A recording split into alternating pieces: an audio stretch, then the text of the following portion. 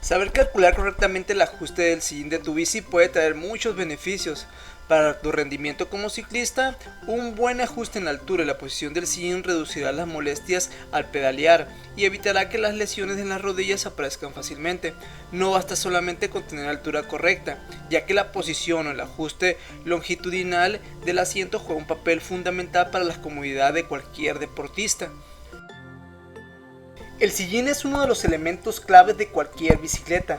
Llevarlo de manera correcta no solo te brinda comodidad en las montadas, sino que puede ayudarte a evitar problemas musculares, mejorar tu cadencia y prevenir lesiones en las zonas de la espalda y las rodillas. Lo que vamos a ver es al aprender cómo calcular la altura correctamente del sillín de tu bicicleta.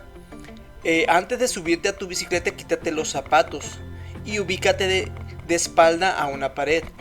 Toma una regla y mide la altura que hay entre el suelo y tu entrepierna.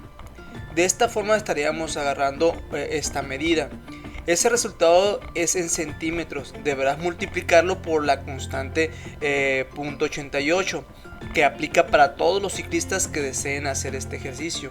Es decir, que si la distancia entre el suelo y tu entrepierna es de 71 centímetros, deberás multiplicarlo por .88. Obtener así un resultado de 62.48 centímetros. Este simplemente es un ejemplo que me dio a mí, pero pues a todos va a ser un poquito diferente, pero vamos a hacer la misma regla. Después de esto, este es el resultado que arroja esta sencilla operación. Será el equivalente a la distancia que debe haber entre el sillín de tu bicicleta y el centro de la biela. Por lo general, muchos de los pedalistas o muchos ciclistas que realizan este ajuste manifiestan que no logran hacer contacto con el piso una vez que ubican sobre el sillín.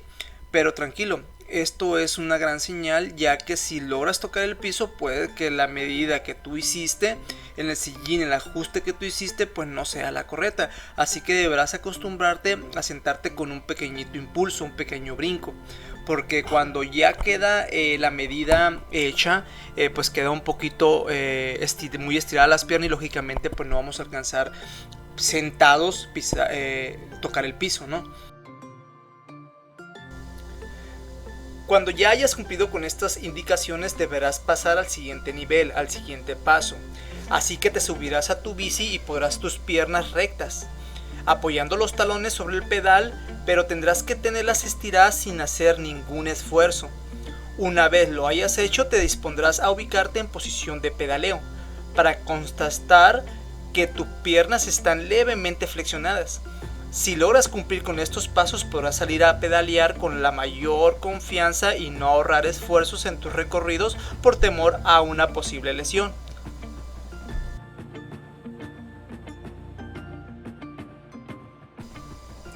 Una vez hayas calculado la posición correcta entre el sillín y el centro de la biela, deberás identificar si tu asiento tiene el ajuste de longitudinal adecuado. Para determinar dicha medición tendrás que ubicar la bicicleta sobre un soporte fijo, como un rodillo, o pedirle a alguna persona que la sostenga mientras haces el proceso.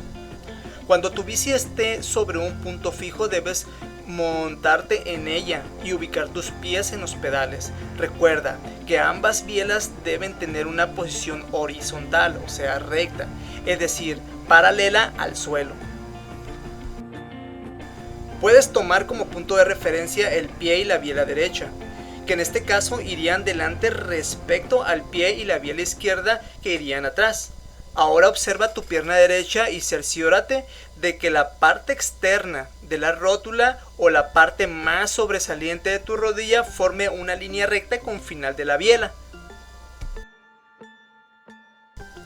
Si por su parte a la cuerda le faltan algunos centímetros para rozar la biela, deberás regular la medida de tu sillín, porque esto quiere decir que algo anda mal.